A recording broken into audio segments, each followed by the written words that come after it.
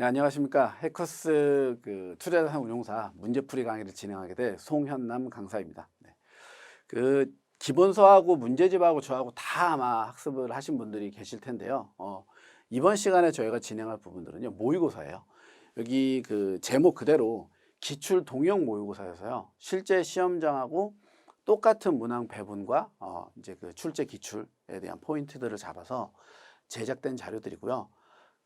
실제 문제들하고의 유사성이라던가 이제 주요 문제를 다루는 이런 정확도가 상당히 높은 편이어서 여러 번 반복 학습을 하셔도 되게 좋고요.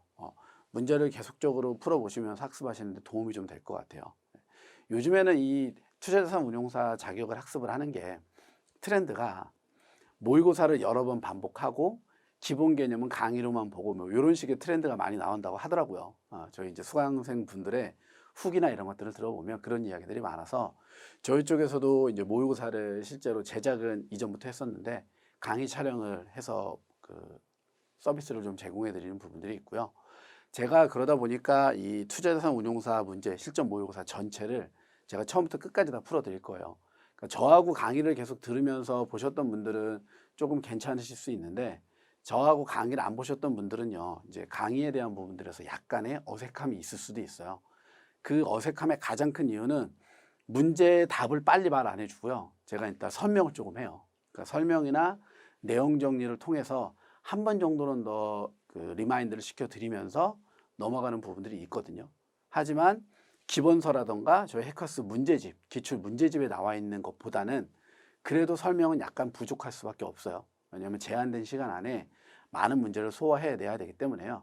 그런 설명에 대한 깊이라던가 내용에 대한 부분들이 약간 부족하지만 반드시 잡아야 되는 포인트들이라던가 문제에서 뭐를 요하고 있는지에 대한 내용들은 정확하게 집어넣어 드릴 거예요. 그런 부분들 계속 체크해 가면서 보시는 게 가장 효율적일 것 같아요. 당연히 먼저 혼자 문제를 풀어 보시고 나서 채점을 하고, 그리고 동영상을 통해서 오답 체크를 하면서 이거는 내가 아는 게 제대로 돼 있구나, 이거는 잘못돼 있구나, 이렇게 체크하는 게 가장 효과적이겠죠. 그래서 학습을 하시는 방법은 제일 먼저 지금 이 영상을 보시는 분들 중에 문제를 아직 안 푸신 분들이 있으시면은요, 시간을 정해놓고 시간 안에 문제를 푸세요. 아시겠죠? 100분 동안에 100문항을 푼다고 생각하면 되는데 보통 1시간 안에 끝나요. 이게 시간이 오래 걸리는 시험이 아니어서 그 문제를 한번 쫙 풀어보고, 그리고 나서 채점을 한 후에 틀린 문제와 맞은 문제를 구분을 하고요. 오답에서는 왜 틀렸는지 한 번 정도는 더 보시고, 그러니까 바로 보는 게 아니에요. 한 번 더 보고 정답 문제도 맞았다고 끝내지 말고 내가 이거에 대해서 얼마나 정확하게 알고 있는지를 한 번 더 체크해야 되니까, 맞은 문제 틀린 문제를 전부 다 놓고 나서 영상을 보시면서 이래서 틀렸구나, 이래서 맞았구나 한 번 더 체크하시면 훨씬 더 효과적일 것 같아요. 아시겠죠? 네. 그러면 실전 모의고사 1회가 됐고요. 1회부터 한번 문제를 풀어볼게요. 자, 1번 문제예요. 보기 중 우리나라 조세 체계상의 조세 부담의 전가가 예상되지 않는 조세로만 모두 묶인 것은. 자, 1번 문제인데요. 이 문제에서의 이제 핵심 포인트들은 어디에 있냐면, 여기 보기 기역, 니은, 디귿, 리을이 문제가 아니고 여기 1번에 있는 이 문제의 디렉션, 이 지문 자체가 이제 키예요. 무슨 소리냐? 조세 체계상 조세 부담의 전가가 예상되지 않는다라고 표현을 했는데요. 이걸 아주 우리가 쉽게 바꾸면, 그렇죠? 직접세란 뜻이에요. 실제로 돈을 낸 사람과 그 세금을 납부하는 사람이 동일한 거죠. 그러니까 조세 체계상의 조세 부담의 전가가 예상되지 않는 조세, 즉 직접세를 골라라 물어보는 거예요. 이런 식으로 문제가 나온다고요. 우리는 보통 암기를 할 때 뭐 종합부동산세 여기 나와 있는 것처럼 소득세, 뭐 법인세 이런 것들은 직접세다. 부가가치세, 뭐 증권세 이런 것들은 간접세다. 이렇게 학습을 하는데, 직접세, 간접세라고 물어보지 않고 이런 식으로 바꿔놓으면 순간 당황하는 경우들이 있죠. 그리고 시험장에서 긴장하거나 이런 문구를 심지어 아예 보지 않은 경우에는 오답이 될 수 있어요. 왜 그러냐면, 아까 제가 잠깐 이야기했지만 트렌드라고 그랬었죠. 요즘에 트렌드들이 기본서를 잘 안 보고요, 투혼사를 문제집과 모의고사만 뺑뺑이 돌려서 푸시는 경우들이 있어요. 근데 이제 이런 문제를 다뤄보면 괜찮은데 안 다뤄본 경우에는 이런 문구 기본서 봐야 되거든요. 근데 보통 요약할 때 이렇게 자세하게 안 써요. 직접세에는 땡땡땡땡, 간접세에는 땡땡땡땡이 있다, 이렇게 하고 끝낸단 말이에요. 이해되시죠? 그러니까 그렇게 학습하시는 분들이 실수할 수 있는 포인트들을 잡아놓은 게 이제 모의고사와 저희 문제집, 출제 예상 문제에 있는 문제들이에요. 그런 부분들을 푸시면서도 그냥 무조건 이건 내가 알아 라고 하지 마시고요. 여기 직접세고 간접세는 그러면 조세 부담의 전가가 예상되어지는 애들이죠. 실제로 납부 의무자와 납세한 자들이 달라지는 경우들이에요. 이런 경우들이 있다. 이렇게 알아두시면 될 것 같아요. 됐죠? 문제는 간단하죠. 방금 제가 설명하면서 얘기 드렸던 것처럼 조세 부담의 전가가 예상되지 않는 건 기억에 있는 소득세와 니은에 있는 종합부동산세예요. 그러니까 돈 내야 될 사람이 실제로 돈을 직접 내는 게 이게 직접세예요. 예를 들면 여기는 부가가치세는 뭐냐면 우리가 커피 한 잔을 마셔도요. VAT라고 붙는 거 아시죠? 10%. 그게 부가가치세예요. 그럼 우리가 부가가치세를 실제로 돈은 저희가 내잖아요. 커피를 먹을 때 10%를 더 내니까. 맞죠? 그러면 그 10%를 다 모아갖고 커피를 판 점주가 부가가치세 신고 기간에 그걸 신고해서 납부를 한단 말이에요. 그러니까 실제로 돈은 우리가 냈고 그 커피를 판 커피숍 사장님은 그 돈을 모아갖고 대신 납부해 주는 거예요. 그러니까 납세 의무자와 실제 납부자가 달라지죠. 그러니까 간접세가 되는 거라고. 그런 애들이 부가가치세, 증권세 이런 케이스들이 된다. 아시겠죠? 네, 그래서 1번에는 정답이 기억 니은인 1번이 되겠습니다. 간단하죠? 다음 문제 한번 볼게요. 네, 계속해서 2번 문제예요. 확정된 납세 의무의 소멸 사유가 아닌 것은 이제 납세 의무의 소멸 사유는요. 되게 쉽게 생각하시면 돼요. 납부, 충당, 취소. 여기에 보기 3번에 있는 부가 제척 기간의 만료. 이게 다예요. 다시 납부 실제로 돈을 냈거나 충당됐다라는 건 뭐 환급받을 돈이 있거나 다른데 여윳돈이 있었을 때 그거를 세금에다가 대신 내는 거예요. 그러니까 실질적으로 따지고 보면 납부나 마찬가지죠. 그리고 나서 취소. 너 이거 우리가 잘못했어. 안 내도 돼. 아시겠죠? 그리고 나서 제척 기간의 만료예요. 여기 이제 우리 보통 민사에서 이야기하는 소멸시효나 형사에서 이야기하는 공소시효랑 똑같은 개념이에요. 민사법에서는 뭐 소멸시효라고 표현을 하고 형사법에서는 공소시효라고 표현하죠. 세법에서는 그냥 제척 기간 이렇게 표현한다고 생각하시면 될 것 같아요. 이런 경우들에는 납부 의무가 소멸되어져요. 하지만 4번 보세요. 국세 징수권의 소멸시효가 중단됐으니까 끝난 게 아니잖아요. 중단됐다가 다시 이어져 버리면 또 납부해야죠. 됐죠? 그래서 이번에도 소멸사유가 아닌 것은 정답은 4번이에요. 여기다 정리만 해두시면 돼요. 납부, 충당, 취소, 제척기간의 만료. 아시겠죠? 네. 네, 계속해서 3번 한번 볼게요. 자, 소득세법상 무조건 분리과세되는 금융소득이 아닌 것은 이라고 나와져 있는데 이건 아주 약간만 세금에 대한 부분들을 어려워하니까 간단히만 설명드려 볼게요. 우리 분리과세라고 이제 학습을 하죠. 분리과세라는 이야기를 하다 보면 어쩔 수 없이 종합소득에 대한 종합과세와 분리과세와 상당히 비슷해 보이는 분류과세 이렇게 세 가지에 대한 과세 방식에 대해서 우리가 좀 알아둬야 돼요. 맨 위에 있는 분리과세는요. 우리가 알고 있는 그 14%의 주민세를 합쳐서 15.4%를 납부하는 게 바로 그 분리과세예요. 됐죠? 종합과세가 우리가 알고 있는 종합소득세가 되고요. 요 분류과세는 종합소득이 아닌 과세라고 우리가 보통 알고 있는데요. 여기 잘 보세요. 종합소득과 그러면 이 분류과세를 구분하는 이 기준의 가장 큰 차이점은 종합소득은요. 정기적인 소득을 보통 이야기하고요. 분류과세는 일시적으로 발생하는 소득을 이야기한다라고 생각하시면 될 것 같아요. 뭐 예를 들면 우리가 알고 있는 종합소득세 다 이렇게 암기하시죠. 2배사 근현기, 이자, 배당, 사업, 근로, 연금, 기타 소득. 2배사 근현기 이렇게 외우잖아요. 얘네들이 종합과세예요. 여기 나와 있는 애들은요. 이렇게 합쳐갖고 다 종합소득세로 때려버린다고. 하지만 양도소득세, 물건을 이렇게 팔아서 뭐 부동산을 팔아서 내는 주식을 팔아서 내는 양도소득세나 퇴직과 관련되어진 이런 세금들. 이런 애들은 우리가 딱 한 번 발생하죠. 물건을 팔았을 때, 퇴직했을 때. 그렇죠? 근데 얘네들은 좀 사이즈가 크단 말이에요. 여기에다가 이게 들어가 버리면 세부담이 너무 커져 버리니까 요거 나누어서 과세시키는 거예요. 분류과세는 종합과세 되어질 때 종합소득세에 포함되지 않도록. 아시겠죠? 그리고 여기 나와 있는 분리과세는 뭐예요? 요 분리과세는 요것도 학습을 하다가 보면은요. 우리가 원천세라는 것까지도 좀 같이 알아두셔야 돼요. 원천 징수 라는 표현인데 원천 징수는요. 여기 나와 있는 과세 방법이 아니에요. 아시겠죠? 원천 징수는 뭐냐면 애초부터 세금을 먼저 떼겠다라는 개념이 원천 징수예요. 아시겠죠? 우리가 소득세에서도요. 급여 받으시는 분들 알죠? 소득세를 먼저 떼가요. 원천 징수로. 그렇죠? 그리고 그 은행이나 이런 데다가 돈 넣어놨을 때도 이자 소득세도 마찬가지로 떼가요. 그러니까 소득세 같은 경우에 붙는 게 원천 징수들이란 말이에요. 이 원천 징수가 완납적인 원천 징수가 있고요. 예납적인 원천 징수가 있어요. 그 얘기는 소득세에서 원천 징수를 뗄 건데 어떠한 경우에는 완전히 납부가 돼서 끝나는 거고 어떤 경우에는 일단 미리 내놔봐. 나중에 상황이 바뀌면 돌려주던가 너 더 내던가 해야 돼. 이 소리예요. 그러니까 우리가 여기 있는 종합과세에서 바로 요 이자소득과 배당소득을 합친 금융소득이죠.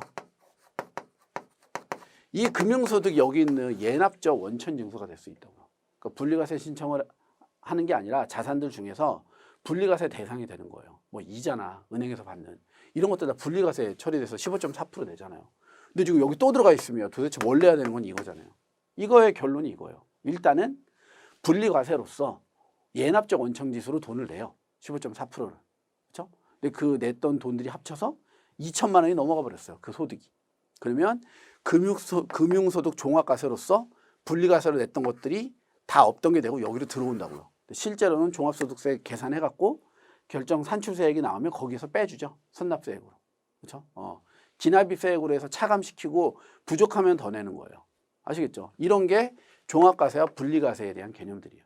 됐어요? 세금은 요 정도 설명이면은요, 모의고사 끝까지 다 푸는데도 큰 무리는 없을 거예요. 그럼 여기서 이제 이야기하는 무조건 분리과세는 뭐냐?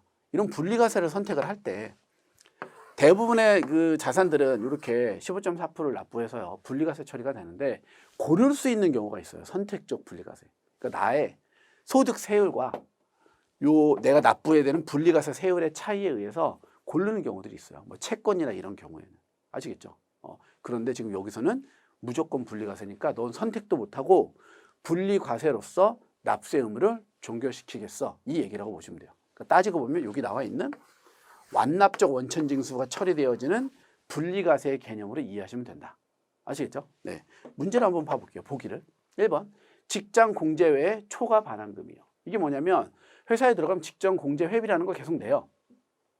근데 어느 날 갑자기 내가 냈던 그 공제회에서 네가 돈을 많이 내서 돌려줄게 하고 돌려준단 말이에요. 어떤 경우들이요? 그렇죠? 이자가 발생하는 경우예요.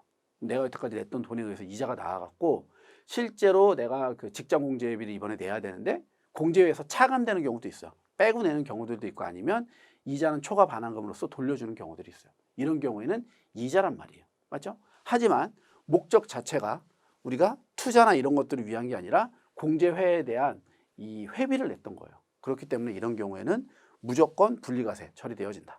그리고 이번에 비실명 거래로 인한 이자 배당 소득이요. 얘는 잘해서 분리과세 시켜주는 게 아니에요. 그러니까 따지고 보면 1번은 너는 네가 의도가 없었으니까 그거 그냥 무조건 분리과세하고 끝내 이건데 2번은 잘못했으니까죠. 훨씬 더 높은 세율을 때리는 거예요. 15.4%를 때리지 않고. 아시겠죠? 3번 파생결합증권 또는 파생결합 사채로부터 이익. 지금 3번 같은 경우에는요. 우리가 투자를 하기 위해서 돈을 넣어서 나온 이익이잖아요. 그러니까 당연히 이자나 배당소득으로서 예납적 원천징수 됐다가 합쳐갖고 2천만 원 넘어가면 금융소득 종합과세 돼야죠. 그러니까 3번이 오답이 돼요. 4번 법원에 납부한 경매보증금에서 발생하는 이자소득. 마찬가지죠. 어떤 이익을 목적으로 들어가진 않았는데 아무튼 간에 돈을 묶어놨으니까 그거에 대한 이자를 납부하겠다. 조금 감이 잡히세요? 그러니까 무조건 분리과세라는 건 잘못했거나 내가 이걸로 돈놀이야. 그러니까 이자를 받아먹을 목적 없이 들어간 경우에는 뭘 해준다? 무조건 분리과세를 해준다. 그게 아니라 투자 목적을 갖고 들어갔다면 그런 경우에는 어떤 처리되어진다? 그냥 분리과세 처리되어졌다가 종합과세로 갈 수도 있다. 이렇게 정리해서 보시면 될 것 같아요. 아시겠죠? 예. 요 문제 이제 확장 문제가요. 이제 뒤에서 모의고사 풀 때 한 번 더 제가 더 설명을 하겠지만 이런 비실명 거래로 인한 이자나 배당 소득이라던가 10년 이상 장기 채권의 이자 소득에 대해서는 선택적 분리과세를 하거든요. 또는 그냥 무조건 분리과세 되어졌을 때 뭐 30%니 몇 프로니 세율이 조금 달라요. 그 세율까지 암기해 놓으면 이자와 그 세금과 관련되어진 요 기본 문제들, 분리과세 관련된 문제들은요 거의 다 해결이 되실 것 같아요. 아시겠죠? 네. 제가 지금 보니까 정답을 체크를 안 했죠. 그래서 3번엔 정답이 3번이 되겠습니다. 됐죠? 네. 지금 또 그 모의고사 한번 보시는 분들은 또 어색할 수 있어요. 제가 갑자기 막 순간이동하니까. 뭐 이렇게 하는 여러 가지 이유들이 있는데요. 일단은 칠판을 지우는 시간을 조금 아껴서 수험생분들이 더 집중할 수 있게 하기 위해서요. 제가 설명을 끝내고 나면 칠판을 정리하는 부분들을 한번 싹 정리하고 나서 문제를 바로바로 풀어드려요. 예. 그렇기 때문에 칠판이 정리되고 돌아오는 거지 다른 부분들은 없어요. 그러니까 시간에 대한 좀 효율성을 높이기 위해서 한다라고 생각하시면 될 것 같아요. 네. 그럼 계속해서 4번 문제 한번 볼게요. 자, 4번이에요. 이중과세 조정 대상 배당소득 요건이 아닌 것을 고르시오. 이거 뭐 얘기하는 거예요? 이중과세? 그로스업 이야기하는 거죠. 이중과세의 조정이에요. 이중과세를 조정하겠다라는 건 뭐냐면 재원은 하나인데 세금은 2번 내는 거예요. 아시겠죠? 그러니까 소득은 하나밖에 없는데 납세하고 또 2번째 납세하고 이렇게 2번 납세하니까 야, 이거는 우리가 조정을 해줄게. 알았지? 이게 바로 이중과세의 조정인 그로스업을 이야기해요. 그러면 이 문제를 풀 때는 이게 저희가 투자자산운용사지 세금을 물어보는 게 아니잖아요. 그러니까 더 깊이 갈 필요가 없어요. 제가 그래서 방금 전에 문제 할 때도 그 과세에 대한 그 분리과세나 종합과세나 분류과세에 대한 이야기를 할 때 아주 간단하게만 조금 설명을 드리면서 이해를 하기 쉽게 조금 설명드리거든요. 그러니까 세법을 또 공부 많이 하신 분들은 야 네가 한 설명에서 그 표현은 잘못됐는데 이럴 수 있는데 저희는 세금을 공부한다기보다는요. 그러니까 자산을 운용하는 데 있어서 투자 자산을 운용하는 데 있어서 알아야 되는 최소한의 세법 지식에 대한 부분들을 다루는 거예요. 아시겠죠? 그러니까 그런 관점으로 조금 접근을 해주세요. 자, 이중과세 조정이라는 건 그래서 우리가 아무튼 이렇게 2번을 내야 되잖아요. 그럼 2번을 내는 게 뭐랑 뭐냐면 여기 첫 번째가 법인세를 납부하는 거고요. 이게 소득세를 납부하는 거예요. 그럼 가만히 생각해 보면 이런 일이 왜 생겨요? 법인이 이득을 내요. 그렇죠? 수익을 내면 그 수익에 대해서 법인세를 납부하죠. 그리고 나서 이제 이게 여기로 넘어갈 때 어떤 일이 생기냐면 배당이라는 게 생겨요. 그러니까 법인이 이익이 나면 주주들한테 배당 뿌려야 될 거 아니에요. 맞죠? 그럼 여기 있는 개인들이 이 배당을 지급받고 나서 방금 전에 얘기했던 것처럼 분리과세 또는 종합과세로서 이자나 배당소득, 즉 금융소득세를 또 납부한단 말이에요. 그럼 이미 돈 떼고 나한테 준 건데 거기서 또 떼면 개인이 받아야 될 돈은 법인세를 냈기 때문에 줄어들었잖아요. 그렇죠? 근데 여기서 또 내면 개인이 2번 피해보는 거죠. 이런 것들을 조정해 주는 게 그로서 이중과세의 조정이에요. 아시겠죠? 자, 이제 요거를 제가 설명을 드리면 다들 물음표가 생겨요. 뭐야? 그럼 내가 여태까지 주식 투자해갖고 연말에 받았던 그 배당금들 그것에 대해서 나는 이거 그로스업으로 한 번도 환급받은 적이 없는데 뭔가 잘못됐네 라는 생각을 하실 거예요. 자, 조건은 여러 가지 설명을 드릴게요. 그로스업은 그래서 요거는 맞는데 모두 다 해주는 게 아니에요. 첫 번째는 당연히 2번 납부되어져야 되겠죠. 그러려면 뭐를 무조건 내야 돼요? 우리가 배당을 받으면 배당소득세는 무조건 내죠. 그런데 그 기업에 이 법인세예요. 그럼 법인세도 무조건 내잖아. 내긴 내죠. 근데 어디다 내야 돼요? 국내에다 내야죠. 그렇죠? 그렇기 때문에 여기서 이야기하는 요 이중과세 조정 대상들은요. 내국 법인에만 한정되어진다라는 거 반드시 알아두셔야 돼요. 아시겠죠? 그러니까 내국 법인은 국내에다 법인세 내고 국내 투자자에게 배당 때리니까 배당소득세 또 낼 거 아니에요. 됐나요? 그리고 이 2번째 중요해요. 방금 전에 제가 이야기하면서 약간 흘러갔는데 요 납세자가 이 소득세를 해서 2번 낸다라고 했는데 이게 분리과세로 종결되어지면은요. 그 그로스업 조정을 안 해줘요. 반드시 어디로 가야 돼요? 그렇죠? 종합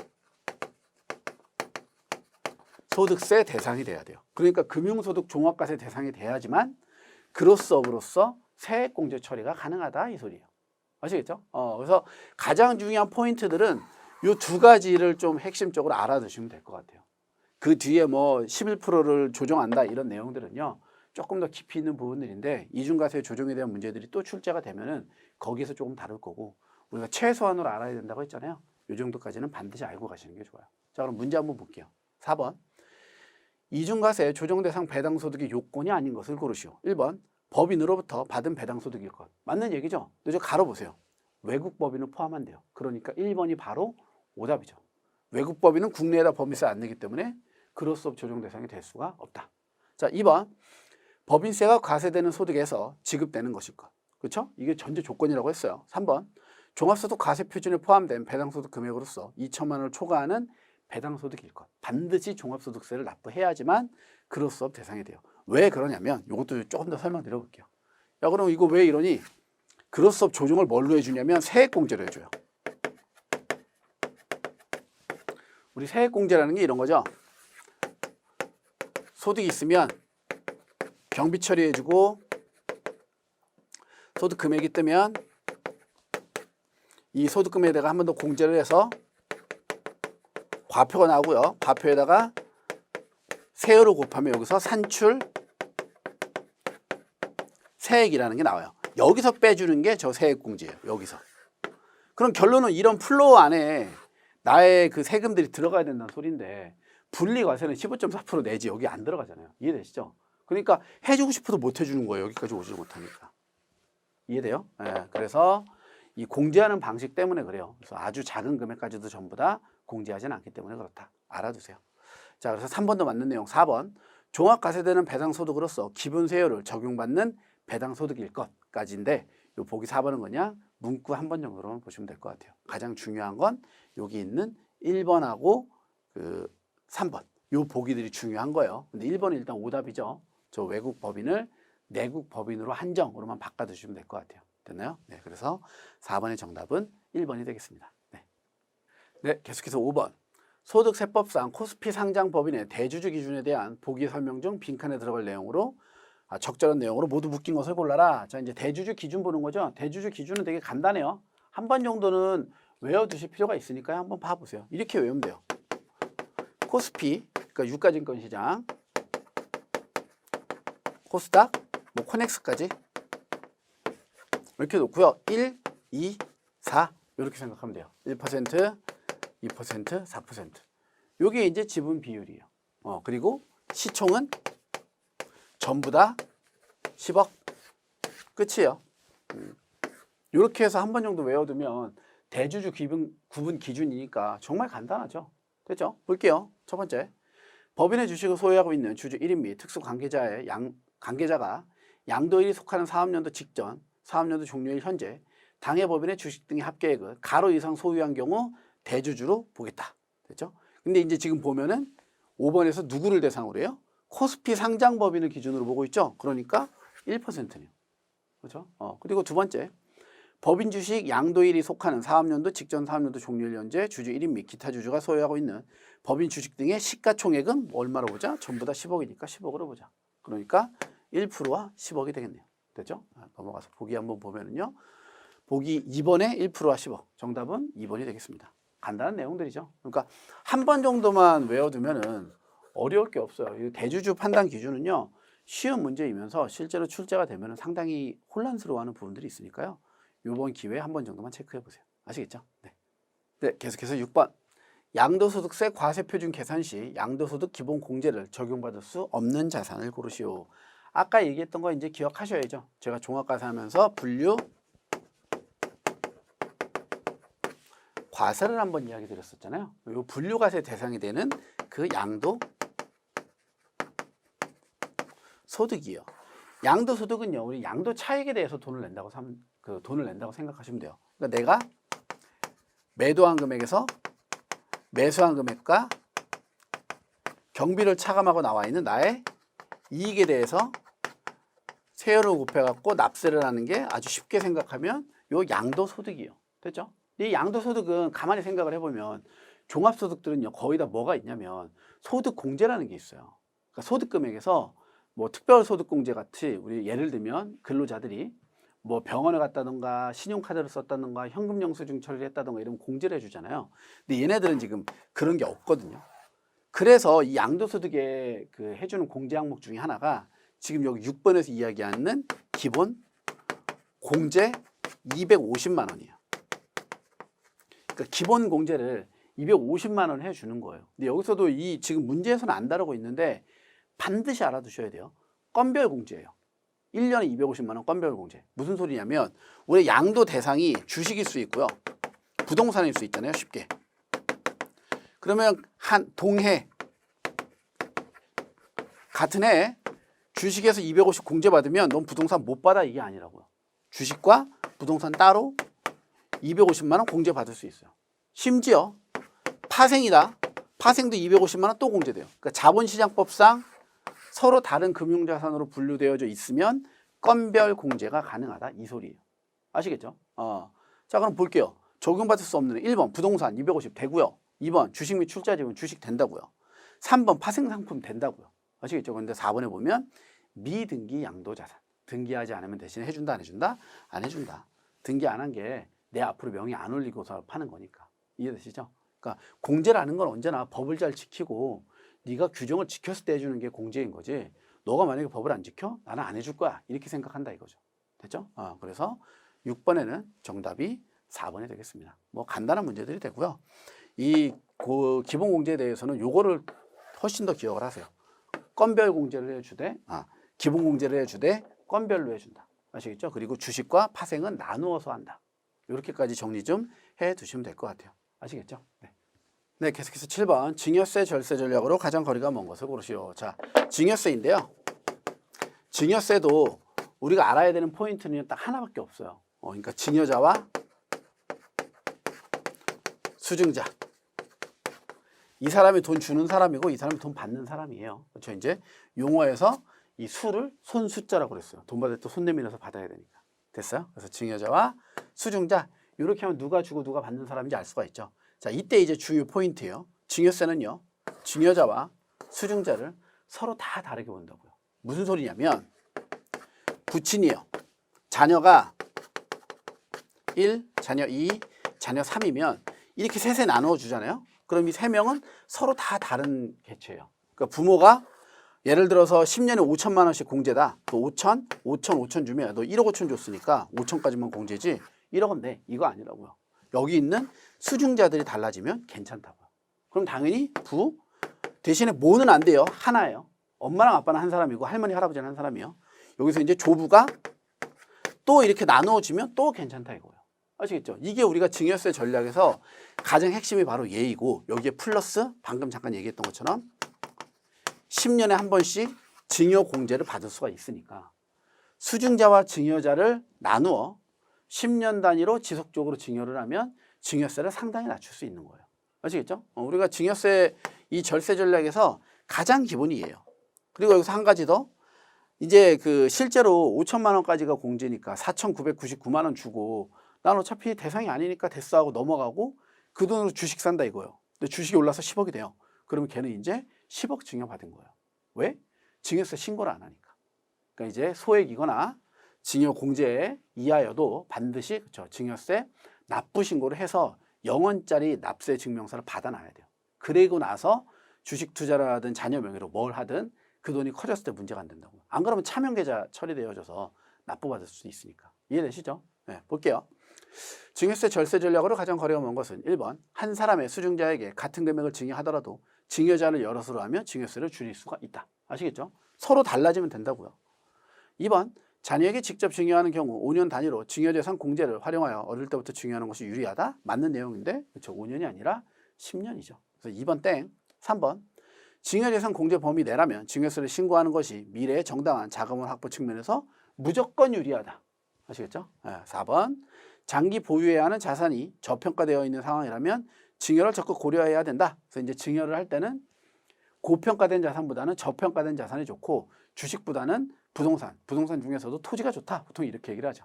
토지가 이제 그 주인을 만나기 전까지는 가치가 상대적으로 좀 낮은 편이니까. 그래서 저평가된 자산을 먼저 증여해서 시세가 올라갔을 때 자녀에게 그 과실이 전부 다 갈 수 있도록 이렇게 하는 것도 증여의 전략 중 하나이다. 이렇게 알아두시면 되겠네요. 그래서 7번에는 정답은 2번. 증여세 관련 내용들도 지금 제가 설명드린 수준이면은요. 증여 관련된 문제를 풀어내는 데는 큰 무리는 없을 거예요. 아시겠죠? 네, 계속해서 8번. 보기에서 설명하는 금융회사 종류에 해당하지 않는 것을 고르시오. 보기예요. 은행과 유사한 여수신 업무를 여기까지만 봐도 끝이죠. 자, 왜 여기까지만 보면 끝이냐면 은행과 유사한에서 일단 은행은 아니다라는 걸 알았어요. 그런데 여수신 업무를 주로 취급한다. 여수신 업무를 한다라는 건 은행 업무를 하는 거예요. 그러니까 은행이 아니면서 은행 업무를 하는 애들 하나밖에 없죠. 비은행, 금융사. 그렇죠? 땡땡 저축, 금고, 협동조합 이런 애들 들어가는 애들이 전부 다 비은행 금융사예요. 아시겠죠? 그러니까 이제 1번에 상호저축은행, 땡땡저축 이런 애들, 새마을금고, 우체국 예금, 농협은행 이렇게 나오니까 1번, 2번, 3번이 여기서 이야기하는 비은행 금융사고 4번에 있는 농협은행은 은행이에요, 그냥. 근데 이제 여기서도 우리가 혼동해서는 안 되는 거 하나만 더 체크해요. 비은행 금융사 중에서 농협이라는 말이 들어가는 애가 비은행 금융사에 포함된다고요. 그런데 이때 여기는 농협은행이 아니라 농협, 그렇죠? 협동조합이에요. 이렇게 되어지면 뭐다? 비은행 금융사다. 그러니까 우리가 이제 농협이 똑같은 걸 줄 아는데 농협은 달라요. 그러니까 농협중앙회라는 게 있어요. 그 농협중앙회가 농협은행이 되는 거고 저기 시골에 가면 조그맣게 단위농협이라고 있거든요. 그 단위농협이 농협협동조합이에요. 농협. 아시겠죠? 이렇게 알아두시면 될 것 같아요. 그래서 이제 구분하는 것도 간단하니까 이 정도만 보세요. 그래서 8번엔 정답이 4번 농협은행은 은행이 포함되기 때문에 비은행 금융사에 포함되지 않는다. 보시면 되겠네요. 네, 계속해서 9번 예금보험공사, 예금보험가입금융사가 아닌 것은 방금 나왔던 거랑 이제 연속선이에요. 누구? 방금 전에 얘기했던 비은행 금융사들 중에서 협동조합들은요. 예금자 보호에 가입을 하지 않아요. 말 그대로 협동조합이니까 거기 있는 사람들끼리 십시일반 돈을 모아갖고 조합을 설립한 거예요. 그러니까 우리는 우리들끼리 알아서 해결을 좀 해볼게. 너네들 도움 안 받고. 이게 협동조합이잖아요. 그렇죠? 이런 애들은 예금보험공사의 예금자 보험 가입금융을 하지 않아요. 그러니까 예보를 가입하지 않았다 이 소리예요. 그 얘기는 예금자 보호 대상이 아니라는 소리인데 실질적으로는 예금자 보호를 해주죠. 뭘로 해줘요? 이 협동조합이 갖고 있는 기금으로 그 예금자 보호에 대한 그 담보를 받는 거예요. 우리가 이게 어떤 경우에도 있냐면요. 그 보험 있죠. 보험에서도요. 보험회사에다가 가입하는 경우들이 있고요. 직장 내에서 기금을 설립해서 그 돈으로 보험회사의 역할을 하는 경우들이 있어요. 보험회사랑 똑같은 역할이. 그러니까 기업의 종업원 수가 상당히 많고 회사가 크면 그걸 굳이 보험회사 맡길 필요 없다는 거예요. 회사 내에서 기금을 모아서 어떤 일이 생기면 치료비를 대주고 이런 식으로 운영할 수가 있죠. 그렇기 때문에 협동조합이나 저렇게 모여있는 조합들은 외부 기관에 의뢰를 하지 않는다. 이렇게 같이 알아두시면 될 것 같아요. 됐죠? 네, 그래서 9번에는 정답이 3번이 되겠습니다. 여기에서 이제 우리가 주의할 점. 은행, 증권사, 종합금융사가 예금자 이제 그 보호 가입을 한 금융사라고 해서 얘네들이 취급하는 모든 금융상품을 다 예금자 보호해 주는 건 아니에요. 아시죠? 요거는 뒤에서 또 저희가 예금자 보호와 관련된 문제를 풀 건데 그때 한번 정리를 할 거거든요. 예금자 보호 대상인 금융상품, 아닌 금융상품 구분하는 문제가 이 문제보다도 훨씬 더 자주 출제되니까요. 예금자 보호와 관련되어져서는 두 가지를 같이 좀 학습을 하세요. 됐죠? 네. 자, 계속해서 10번 손해보험에 대한 설명으로 가장 거리가 먼 것을 고르시오. 1번 손해보험 계약은 피보험자의 우연한 사고로 생길 손해에 대비하기 위한 것이다. 이건 실은 손해보험뿐만이 아니라 보험이라는 것 자체가 피보험자, 보험을 가입한 사람에게 생길 어떤 우연한 사고를 보상하기 위해서 하는 게 보험들이죠. 1번 맞고요. 2번 보험사고가 발생할 때 지급해야 할 금액이 정해져 있는 정액보험이다.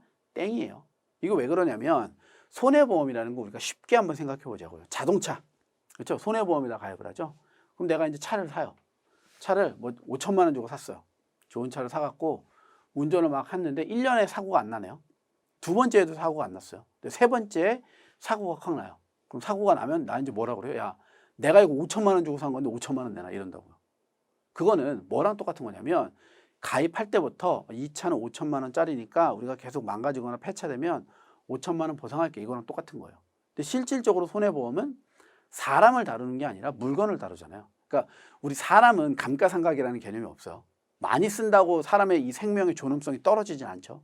그러니까 가입할 당시에 당신이 죽은다면 우리가 1억을 드릴게요. 10억을 드릴게요. 100억을 드릴게요. 정액으로 정해놓고 가요. 인보험이라고 불러요. 생명보험의 특징이에요. 하지만 손해보험은 사람을 다루는 게 아니라 물건을 다루죠. 근데 물건은 시간이 지나면 어쩔 수 없이 마모되어지고 가치가 떨어진단 말이에요. 그러니까 정액보험으로 지급하는 게 아니라 사고 났을 당시에 가액에 대해서 실손을 보상해요. 아시겠죠? 그래서 2번이 틀린 거예요. 우리가 이제 정액보험이 아닌 부정액 이렇게도 표현하기도 하고요. 여러 가지 표현들을 쓰거든요. 근데 개념 정도만 머릿속에 넣어두시면 돼요. 정액보험이 아니다. 됐나요? 네, 그래서 10번에는 2번이 오답이고요. 3, 4번 조금 더 볼게요. 3번 보험의 목적을 금전으로 산정할 수 있는 피보험 이익이 존재해야 하며 피보험 이익이 없는 계약은 무효가 된다. 여기서 말하는 피보험 이익이요. 우리가 자동차 보험에서 예를 들면 자동차가 피보험 이익이에요. 내가 차가 없는데 자동차 보험을 가입해요. 말도 안 되죠. 그럼 사고 나도 돈도 안 주는 거고. 그리고 피보험 이익이 없기 때문에 그 계약 자체가 성립하지 않는 거예요. 그래서 손해보험에서 가장 중요한 개념 중에 하나가 피보험 이익이라는 용어예요. 됐죠? 4번 보험계약 체결 시 당사자가 협정에 의해 정하는 보험 금액 외에 피보험 이익을 금전으로 산정한 피보험 가액이 존재한다. 그렇죠? 그래서 보험 금액 내가 가입을 처음에 할 때는 2천만 원 했는데 시간이 지나면 가치가 계속 떨어지잖아요. 그러니까 여기서 말하는 보험 가액은 중고 가액이에요. 내가 가입한 금액이 중고 가액인 보험 가액보다 크면 다 줘요. 근데 적으면 적게 준다고요. 그러니까 물건은 1억짜리인데 1억을 다 가입하려니까 비싸요. 그럼 나 여기 일부인 5천만 원만 가입할게. 이런 부분 보험도 가입이 돼요. 일부 보험도. 이렇게 일부로 가입하면 내가 대신에 사고가 났을 때 받아야 될 돈의 절반만 주는 거예요. 이런 것도 가능하다. 손해보험. 아시겠죠? 그래서 10번에는 정답은 2번 정액보험이 아니다라는 거 알아두셔야 돼요. 그래서 확정되지 않은 불확정 보험이라는 거, 뭐 부정액 보험이다. 이렇게 같이 정리해 두셔도 될 것 같아요. 됐나요? 네. 자, 계속해서 11번. 자본시장법에서 규정한 집합투자기구의 종류가 아닌 것은. 자, 자본시장법이에요. 기존에 있던 열거주의를 포괄주의 방식으로 전환한 자본시장법이고요. 그 자본시장법이 통과되어지면서 펀드나 같은 집합투자기구에 대한 구분 기준이 바뀌었죠. 예전에는 주식, 뭐 채권, 부동산, 파생상품 이렇게 불렀어요. 근데 이제 최근에 바뀐 기준으로는 여기 나와 있는 대로 불러요.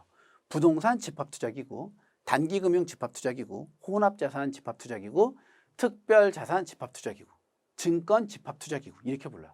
주식이랑 채권을 합쳐서 증권으로 넣고요. 이 파생상품을 갖다가 다른 대안투자상품 같은 특별자산들과 섞어서 특별자산, 실무자산 등과 섞어서 특별자산 집합투자기구 이렇게 명칭을 바꿨다고요. 그러니까 바로 정답은 그렇죠. 1번이 바로 잘못된 거죠. 그래서 파생상품 집합투자기구라는 거는요. 자본시장법이 개정되기 이전에 있던 분류 기준들이에요. 이런 것들은 다 바뀌었다라는 거 알아두시면 되겠죠. 어려운 문제 아니고요. 11번에 그래서 정답은 1번이 되겠습니다. 네. 네, 계속해서 12번 집합투자재산의 평가에 대한 설명으로 가장 거리가 먼 것을 고르시오. 1번 증권시장에서 거래된 최종 시가 등이 있는 경우 집합투자재산은 시가평가. 실은 그 집합투자뿐만이 아니라요. 대부분의 자산들의 이제 가치평가를 할 때는요. 가장 대표적인 가치평가 방법이 시가평가 방식이에요. 원래는 내재가치 방식인데 그 내재가치라는 게 우리가 명확하지가 않잖아요. 그렇기 때문에 시장에서 장기간 동안 안정적으로 거래된 가격인 그 시가를 우리는 뭘로 보겠다? 공정가액으로 보겠다 이거예요. 아시겠죠? 그래서 집합투자증권을 포함한 대부분의 재산들 그 평가에 있어서 가장 원칙은 시가평가예요. 그런데 시가가 없는 경우들이 있어요. 최근에 거래가 없는 거죠. 토지 이런 것들 잘 없죠. 이럴 때 이제 보충적 평가법을 써요. 그 보충적 평가법에는 여러 가지 방식들이 있어요. 근데 대부분 다 회계사나 감정평가사들이 와서 계산을 하는 보충적 평가 방식이 존재하는 거죠. 그래서 신뢰할 만한 시가가 없는 경우에는 공정가액으로 평가하겠다. 저 공정가액이 보충적 평가법으로 계산하는 방식들이다라고 알아두시면 될 것 같아요. 그래서 1번 맞는 내용, 2번 MMF의 경우 장부가격으로 평가할 수 있으나 장부가와 시가 및 공정가에 따라 평가한 기준의 차이가 0.5%를 초과한다면 뭘 쓰겠다? 시가를 쓰겠다. 그러니까 둘이 비슷하면 장부로 써도 괜찮아요. MMF. 어차피 단기 금융투자 상품이니까 그 매일매일 다 계산되어져서 장부 써도 상관없는데 괴리가 생기는 경우들이 있어요. 그럴 때는 그렇죠. 힘이 좋은 시가가 우선한다. 당연한 얘기죠. 계속 3번. 집합투자업자 또는 투자회사 등은 산정된 기준가격을 매일 공고 게시해야 된다. 맞는 내용이고요. 4번.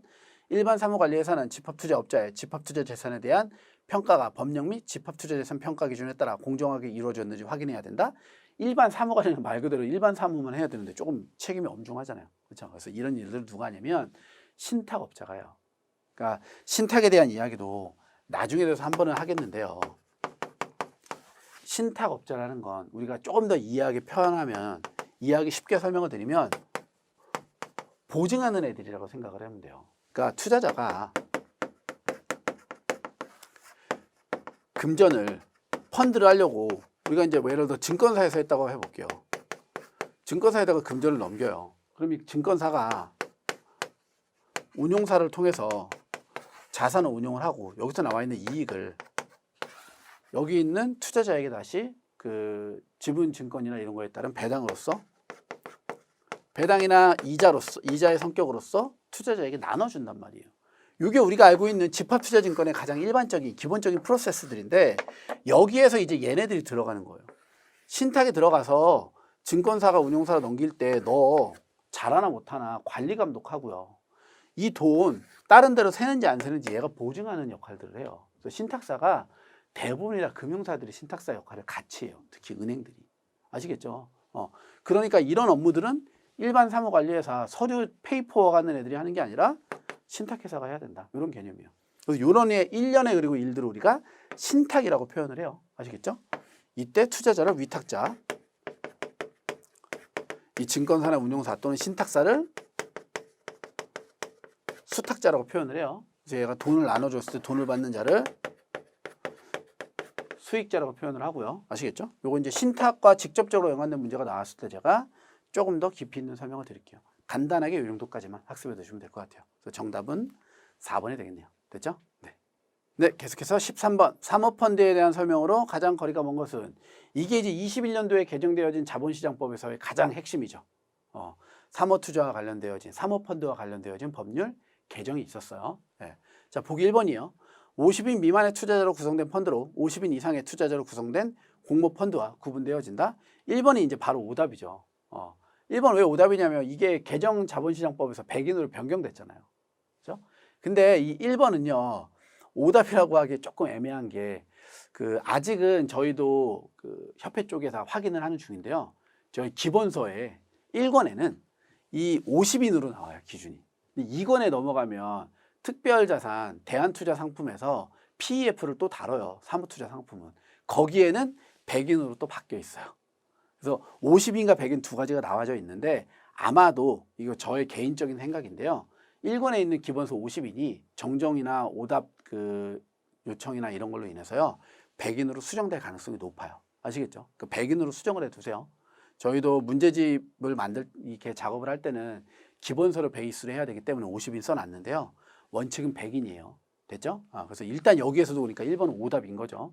아시겠죠? 계속 2번. 투자자 유형을 기준으로 일반 사모펀드와 기관전용 사모펀드로 구분을 했어요. 예전에는요. 사모펀드가요.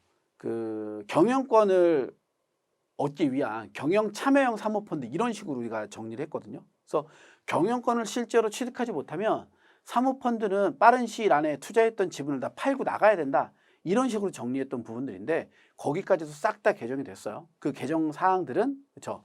요 첫 번째 1권이 아니라 2권 대안투자 파트에서 조금 더 자세하게 다뤄볼게요. 여기서 그냥 이렇게 나누어져 있다는 큰 아웃라인 가이드만 좀 잡고 가세요.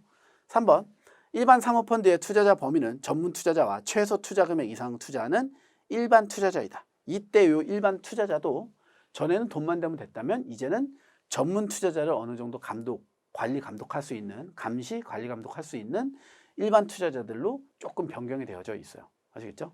계속 4번 일반 사모펀드와 기관전용 사모펀드의 투자자 보호장치는 같다. 얘도 오답이에요. 아시겠죠? 그러니까 아마 1번은 교재가 정정되어지면 저희도 100인으로 바꿔서 오답이 안 되는 거고 진정한 오답은 바로 4번이 되는 거죠. 왜 그러냐면 일반 사모펀드는요. 예전처럼 규정이 조금 딱딱해요. 하지만 기관전용 사모펀드는 말 그대로 기관들이 들어가는 거잖아요. 그러니까 얘네들은 지들이 잘 지킬 거예요. 개인이 아니어서 법을 안 해놔도. 이해되시죠? 그래서 기관전용 사모펀드는 조금 더 완화된 기준을 적용시켜요. 그러면서 그러다 보니까 일반 사모펀드보다는 기관 전용 사모펀드가 훨씬 더 활성화될 것으로 예상되어진다라고 저희 교재에서 이야기를 하고 있어요. 이게 법 개정이 작년 하반기에 된 거라서요. 아직 얼마 안 됐어요. 이제 활성화됐다가 아니라 활성화될 것으로 예상되어진다라고 표현을 하죠. 그렇기 때문에 내용을 머릿속에 넣어서 기관 전용 사모펀드가 완화된 기준이다. 이렇게 좀 정리해 두시면 될 것 같아요. 아시겠죠? 그래서 13번의 정답은 4번이 되고요. 1번은 기본서의 정오표가 정리되는 대로 저희 모의고사에서도 수정을 하던가 정오표를 작업을 해서 올려드리던가 진행을 할게요. 같이 알아는 두세요. 아시겠죠? 네. 자, 계속해서 14번. 보기 중 자산 유동화 증권 발행이 이루어지는 자산의 일반적인 특징으로 모두 묶인 것을 골라라 라고 이야기를 하는데 이제 ABS 발행을 할 때 이야기를 하는 거죠. 자, ABS도요. 정말 많이 나와요. 여기 처음에 부동산 파트에서도 나오고요. 대안투자 넘어가면 또 나오고요. 거기서 이제 CDS, 신용파생상품 넘어가면 또 나오고요. 저기 뒤에 주식이나 채권 파트에서 또 나와요. 그러니까 ABS는 이 투자자산 운용사 전체 중에서요. 한 3군데 정도에서 출제되어진다라고 아시면 될 것 같아요. 지금 여기에서는 요 문제에 조금 맞춰갖고 설명을 드려볼게요. 자, ABS라는 게 자산 유동화 증권인데요. 금융사가 가지고 있는 이 담보나 이런 것들이 있는 그 채권들이에요. 이 채권들이 말 그대로 현금화되지 않잖아요. 그러니까 이 채권을 ABS, 즉 SPC라는 자산 유동화 기관을 통해서 채권을 찍어갖고 현금화시키는 걸 우리가 ABS라고 해요. 여기서 그래서 마지막에 이 현금화되어지는 채권이라고 표현하지 않고 증권이라고 표현할게요. 이 증권이 바로 ABS가 되는 거예요. 주식이나 채권의 형태로 발행을 하니까. 됐죠? 그러면 이때 이 문제에서는 어디를 다루고 있는 거냐면 여기를 이야기하고 있어요. 여기에서 이 갖고 있는 금융사가 갖고 있는 이 담보 물건, 채권의 성격을 이야기하고 있죠. 무슨 소리냐면 어떤 애들을 갖다가 우리가 ABS로 자산 유동화 회사가 현금화시킬 수 있냐? 이걸 이야기하는 거죠. 자, 볼게요. 1번. 자산의 특성이 각각 다를 것이요. 그럼 금융사가 갖고 있는 자산의 특성들이 다르면 말 그대로 얘네들이 유동화하면서 얘네를 하나로 묶어낼 거란 말이에요. 카테고리로. 왜 묶어야 되냐면은 여기서 우리가 증권을 발행한다고 그랬죠. 예를 들어서 채권이든 주식이든 똑같아요. 주식 같은 경우에는 위험을 동질적으로 만들어줘야 돼요. 그러니까 투자자가 나 하이 리스크 하이 리턴인지 로우 리스크 로우 리턴인지 선택해서 투자할 거 아니에요. 맞죠? 채권 같은 경우에도 마찬가지. 리스크에 따른 등급이 나와야지 신용 등급에 따른 채권의 금리가 결정될 거 아니에요. 추가 금리가. 이해되시죠? 근데 얘네들의 성질이 다 다르면 이렇게 묶어내기 어렵다고요. 이해돼요? 그래서 기억 틀렸어요. 자산의 특성이 달라서는 안 되고 동질적이어야 돼요. 아시겠죠? 니은 자산이 집합 가능할 것, 기억하고 거의 비슷한 얘기죠. 동질적인 특성, 묶어낼 수 있어야 된다. 맞고요. 디귿 신용도 분석이 반드시 돼야 돼요. 왜? 신용이 나와야지 채권 등급을 때릴 거 아니에요. 맞죠? 4번 현금 흐름에 대한 예측이 가능해야 돼요. 저것도 당연하죠. 왜? 현금 흐름이 예측이 돼야지 채권을 갖다가 여기 투자자에게 팔았으니까 그럼 투자자한테 뭐 줘야 돼요? 채권에 대한 이자 줘야 되잖아요. 표면금리, 쿠폰. 그죠? 그러니까 여기서 지급해야 되지, 지급할 이자를 여기서 나와 있는 요 담보에서 받는 요 이자로 충당을 할 거란 말이에요. 그러니까 얘네들 현금 흐름이 어느 정도 안정적으로 측정이 돼야지 내가 얘 금리와 이자 지급 시기를 정리할 거 아니에요. 3개월로 할지 6개월로 할지 1년로 할지.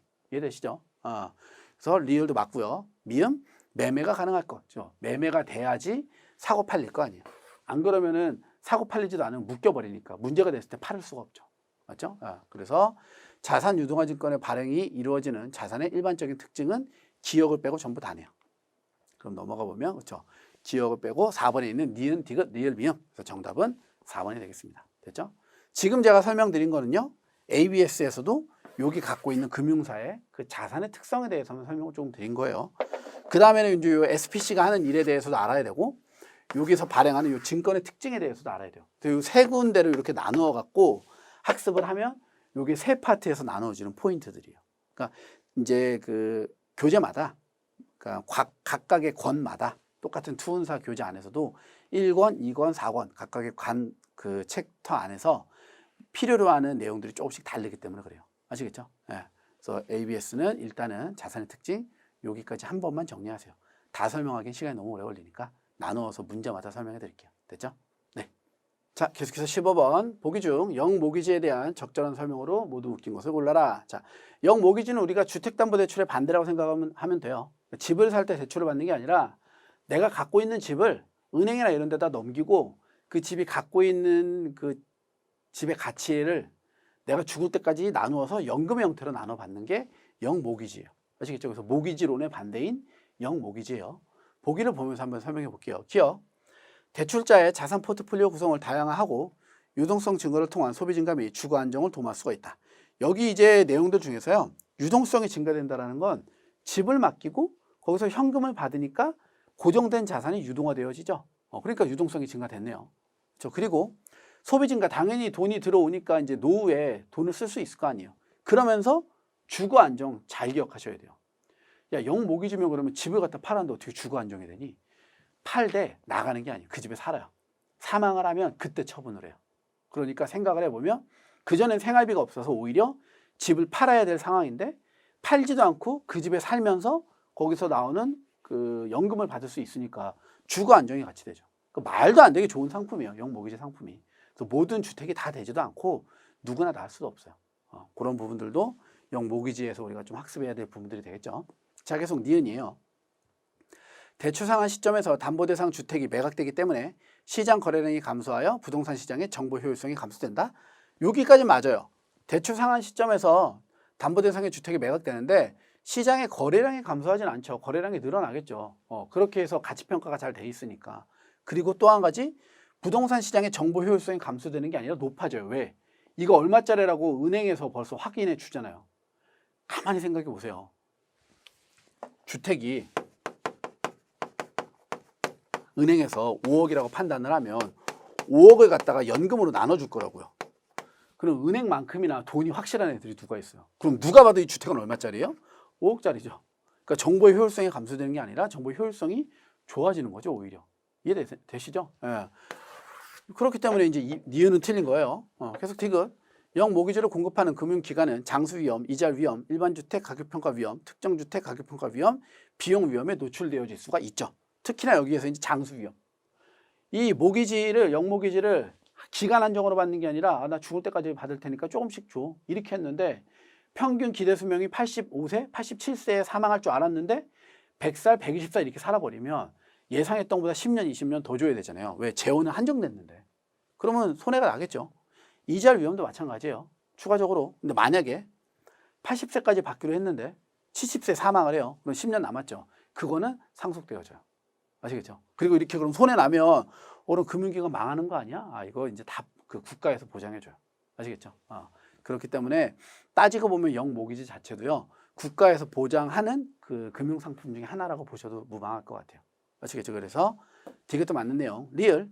미래 예상되는 주택 가치보다는 대출 신청자의 신용 상태 및 상환 능력에 근거하여 대출 금액이 결정되어진다. 요 리을이 바로 모기지죠. 우리가 은행에서 대출 받을 때. 영모기지는 반대예요. 주택의 가치가 훨씬 더 중요하다. 됐나요? 자, 올바른 걸 고르는 거니까 니은, 리을이 틀렸죠. 기역 디귿이 정답이 되겠네요. 그래서 정답은 2번의 기역 디귿. 됐죠? 네. 네, 이번 시간 여기까지 해서 정리를 조금 하고요. 이제 첫 번째 강의다가 보니까 제가 설명을 조금 많이 해서요. 문항이 조금 밸런스가 살짝은 깨졌죠. 원래대로면 한 강의 20문제씩 이제 딱 정확하게 나눠서 100문항을 5강으로 제가 정리해 드릴 거예요. 근데 첫 번째 시간에는 설명이 조금 더 들어가다가 보니까 이제 문항의 배분에 조금 차이가 있기는 한데 2회차 모의고사부터는 될 수 있으면 그 챕터별로 좀 끊어서 학습하실 때 큰 무리는 없긴 해 드릴게요. 그래도 첫 번째 시간에 OT도 좀 해야 되고 문제 설명도 좀 해야 되는 게 어쩔 수가 없어서 이런 부분들은 수험생분들이 오히려 조금 더 좋으실 것 같아요. 그래서 최대한 설명을 많이 넣어서 뭐 1회차나 2회차 정도까지는 설명을 조금 타이트하게 하고 3, 4회차에서는 문제를 푸는 포인트를 좀 더 찍어내고 이런 식으로 좀 진행을 해볼게요. 됐죠? 네. 이번 시간 여기까지 해서 마무리하고요. 다음 시간에 16번 문제부터 이어갖고 한번 쭉 진행해 볼게요. 됐나요? 네. 이번 시간 여기까지 해서 마무리하도록 하겠습니다. 수고 많으셨습니다.